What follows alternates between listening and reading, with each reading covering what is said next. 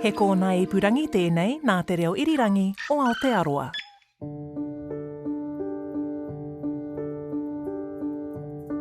It was Pauline who was the one who came up with the plan, and Juliet agreed to go along with it.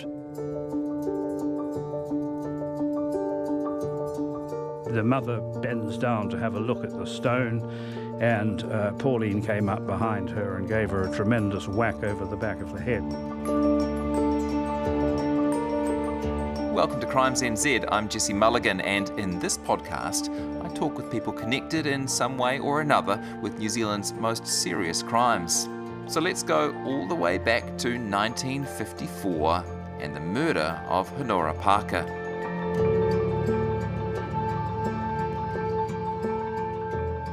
It's arguably one of New Zealand's best-known historical crimes since Peter Jackson turned the events into the movie Heavenly Creatures. But in this episode of Crimes NZ, we'll hear from true crime author Peter Graham, who revisited the case in his 2011 book titled So Brilliantly Clever.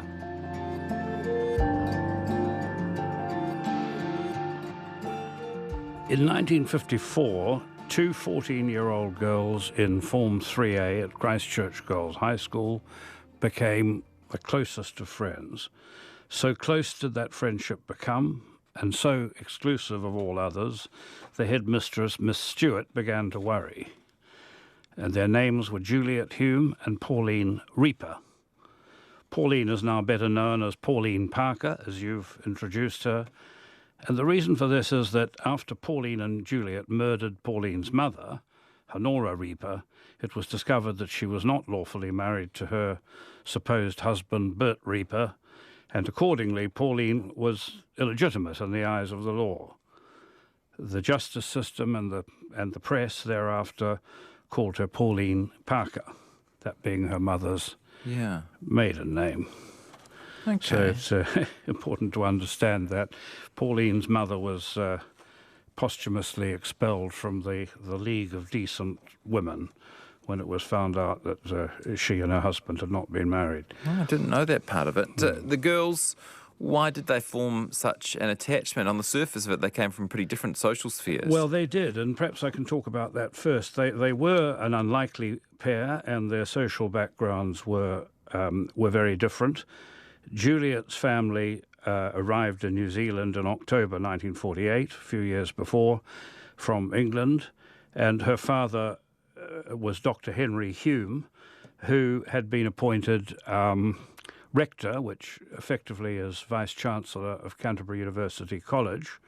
He was a brilliant mathematician and quantum physician who had become a nuclear scientist. He was an extremely distinguished scientist, and he was married to Hilda Hulme, and the Hulme family lived in what was, in Christchurch terms in the 1950s, a very grand house known as the Hulme homestead. You might have seen that, Jesse. It's a house that's now in the grounds of Canterbury University in Hulme Road, and it's used as a staff club for the university. But It's a very big house, and it's surrounded by the most beautiful gardens with a wonderful collection of azaleas, and that's where the Hulme family lived. And it seemed to Pauline that they lived in a life of great glamour and sophistication, which I could only think was dazzling to her.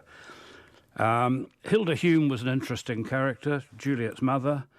She was a founder member of the Marriage Guidance Council in Christchurch, and she, with a group of women who were her friends, used to appear regularly on the radio on 3YA, taking part in a program called Candid Comment, where they gave advice to people about their family problems and problems with their love life and sex life and so on.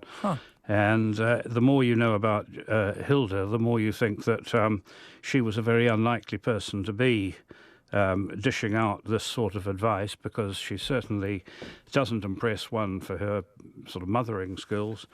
She had a a lover living in a flat at the back of the house. His name was Bill Perry, and he was described by one of Hilda's closest friends as one of her lovers, so we don't really know more about who the others were, but anyway, she had an interesting life outside her marriage, it would seem.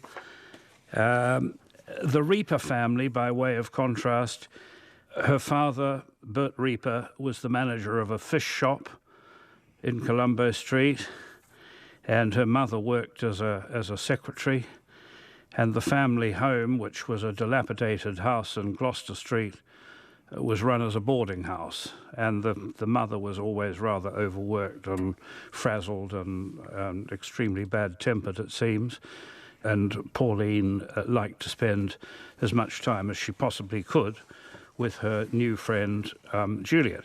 And perhaps if I can just say a little bit about the two girls themselves. In the course of my research, I spoke to quite a number of the former pupils in Form 3A who were classmates of these girls, so I have, a very accurate, I'm convinced, portrait. And they talk about Juliet as being a willowy and graceful girl with confidence and self-composure that set her apart from all the other girls. She was very clever, very knowledgeable, good at English, French, maths, and as one of my informants said, we looked up to her and wanted to be her friend. But Juliet wasn't particularly interested, and she seemed to be unattainable, and she treated her classmates with a bemused dismissiveness, as if they were hardly to be taken seriously. But then, as the year went on, something completely unexpected happened when Juliet became friendly with a girl in the class called Pauline Reaper. She was always Pauline Reaper when she was at the girls' high school. She was a strange girl, something of a misfit. She liked to be called Paul, like George in Enid Blyton's famous Five, who wanted to be a boy and was hot-tempered, brave and adventurous. She had curly black hair, cut shorter than most girls. She was stockily built, and she had a large scar running down her right leg, which was the result of a childhood illness, osteomyelitis, that had her hospitalized for a couple of years. A very serious illness indeed it was. But her face bore a perpetually cross expression.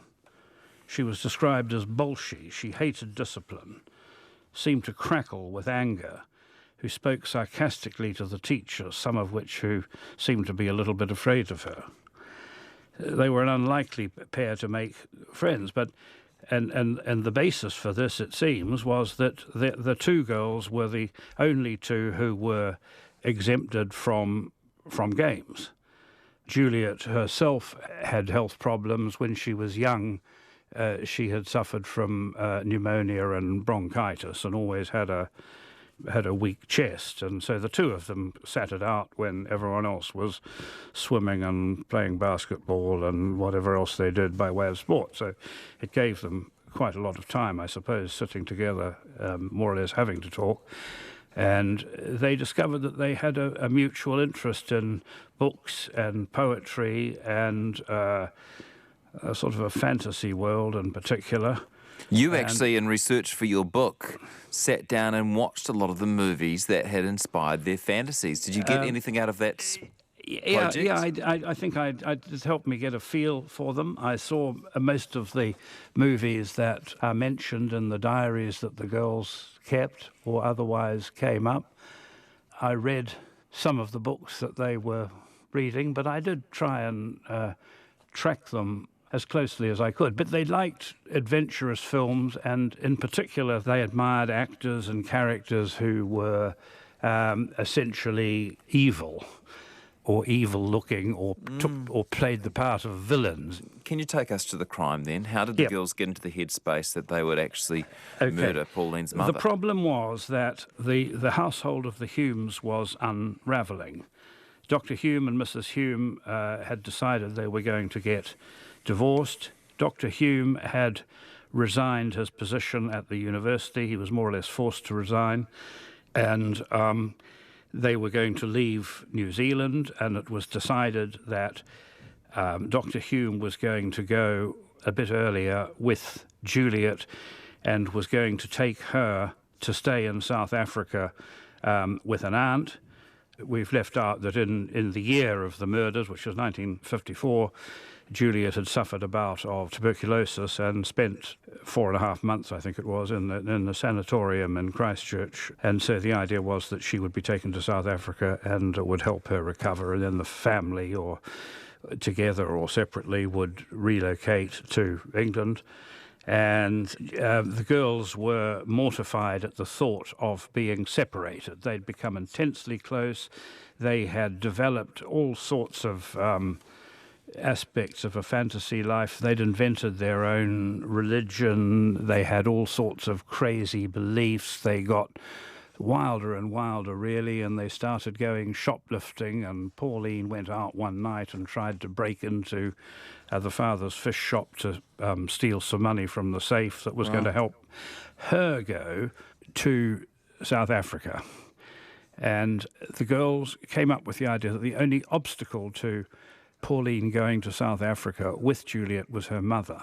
Then they got to the point where if we got rid of the mother, then life would be wonderful. And that's a pretty big leap, isn't it? I mean, anyone who's had anything to do with teenage girls, or boys for that matter, know that they can be dramatic and can have big plans. But the idea of actually turning that into a murder, I mean, did you have difficulty understanding how they got into that headspace? I did, but we're helped because the girls had a diary, and the diary of Julia was destroyed by her mother before the police could get hold of it. But we do have most of Pauline's diary, so that helps us understand. But yeah, it is a big leap, and in fact, this kind of matricide is a very rare thing.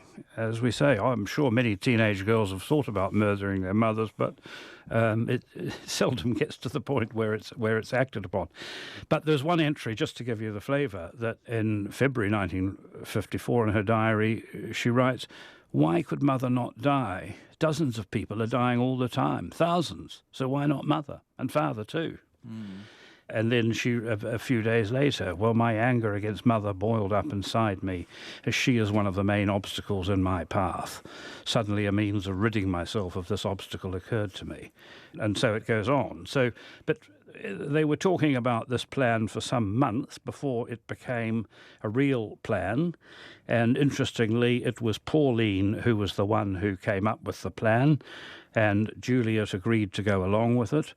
A lot of people have thought that Juliet really was the dominant personality, and she might have been at the beginning, but I think by the time of the murder, Pauline was definitely an equal partner, and she was the one who came up with the plan. And the plan was that they would persuade Pauline's mother to accompany them for a walk up in Victoria Park one sunny afternoon on the 22nd of June. And this was a sort of a farewell for Juliet, who was going to be leaving New Zealand in 11 days' time. But the plan was that Juliet would take a little stone with her on the walk, and in the course of the walk was up at, I don't know if you know Victoria Park, but it involves taking the bus to the sign of the Tākehi, and then a short walk up a paved driveway, and then there's a sort of a bush walk downhill called the East Bush Walk, I think. Anyway, the two girls and Mrs. Parker, or Mrs. Reaper, she had a cup of tea and scones and buns and so on, and the two girls had soft drinks, and then they set off on the walk. And they walked about a quarter of a mile down this very solitary track. It was, you might say, it was a cleverly chosen spot by Pauline to find such a lonely and isolated place so close to the heart of Christchurch, 5 miles away from the Cathedral Square. And Juliet, according to the plan, dropped the stone on the path. Pauline was carrying a half brick in a stocking in her shoulder bag.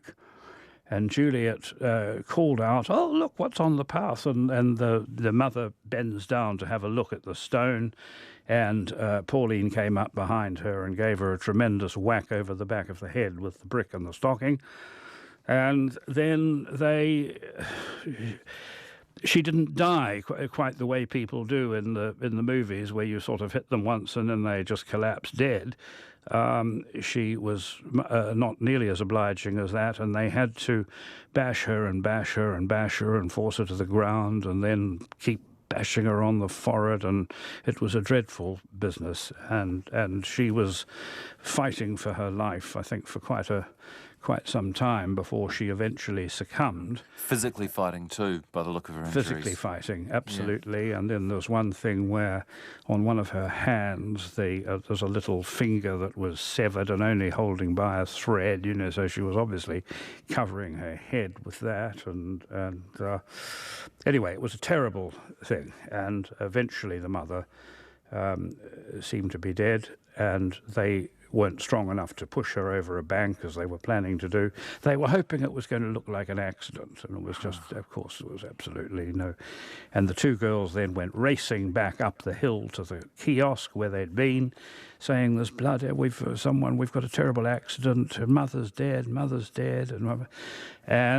then the wife of the woman who was running the kiosk, who was the caretaker, rushed down hill with somebody, and then they found the mother's body, and they very quickly realized that she was dead, and it certainly didn't look like an accident. And the half brick and the stocking and the brick being covered in blood and hair and so on was lying there, so it was pretty obviously looked like murder. But the girls managed to wash and clean themselves up a bit, and then they phoned Juliet's father, Dr. Hulme, who came up to the park and picked the two girls up and took them home before the police arrived or before a doctor arrived and so on. So the two of them were back at Island Homestead, washing and cleaning themselves up as best they could. Going to jump in and share some audio now. This is from an RNZ feature called Mrs. Parker from a few years ago, and it's reporter Ruth Barron talking to Eric McElroy, who was a police officer who attended the scene of the crime.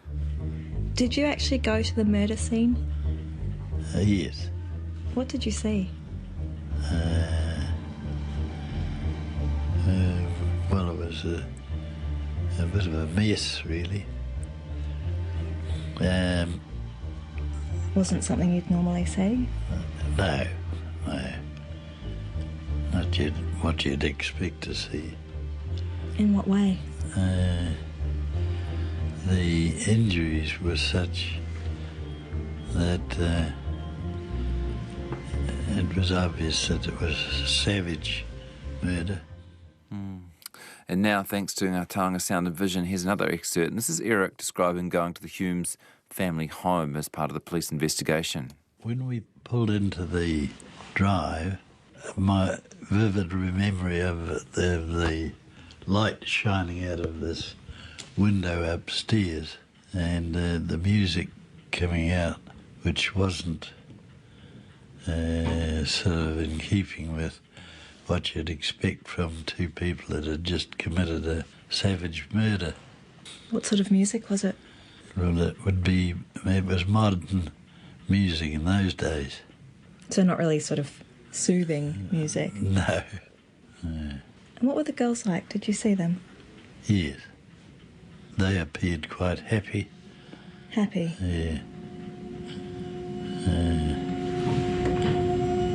Which again probably wasn't what you were expecting, really. No. Well, you'll be unsurprised to hear that the girls were arrested very quickly. And skipping ahead to the trial, Peter Graham, what was their defence?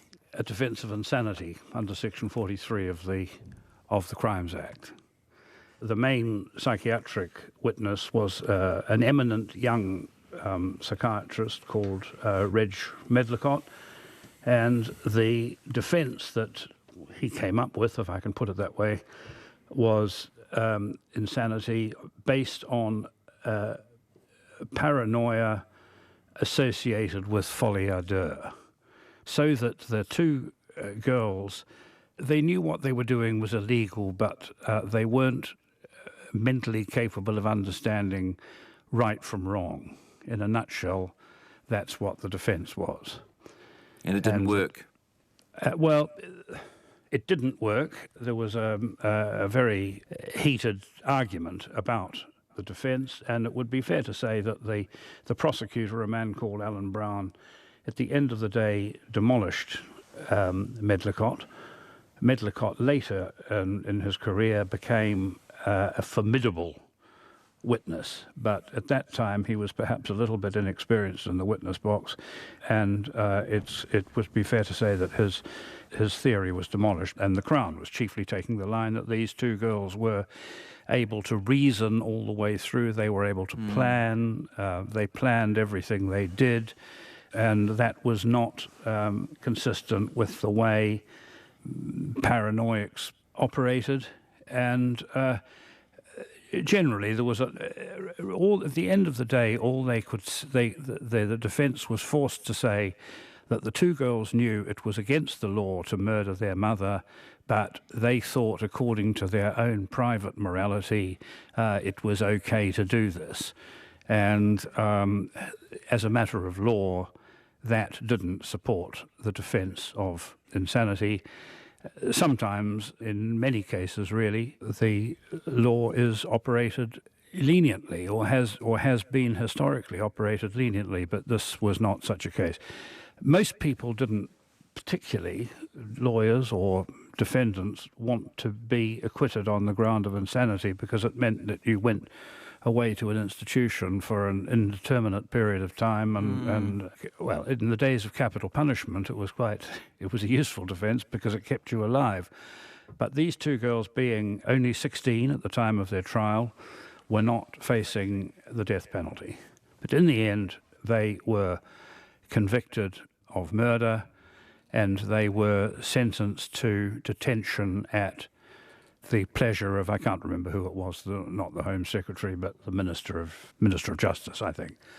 And there was a problem with how they were going to be detained, because in those days, murders were rare anyway. In the 1950s, on average, you had about 2 murders a year.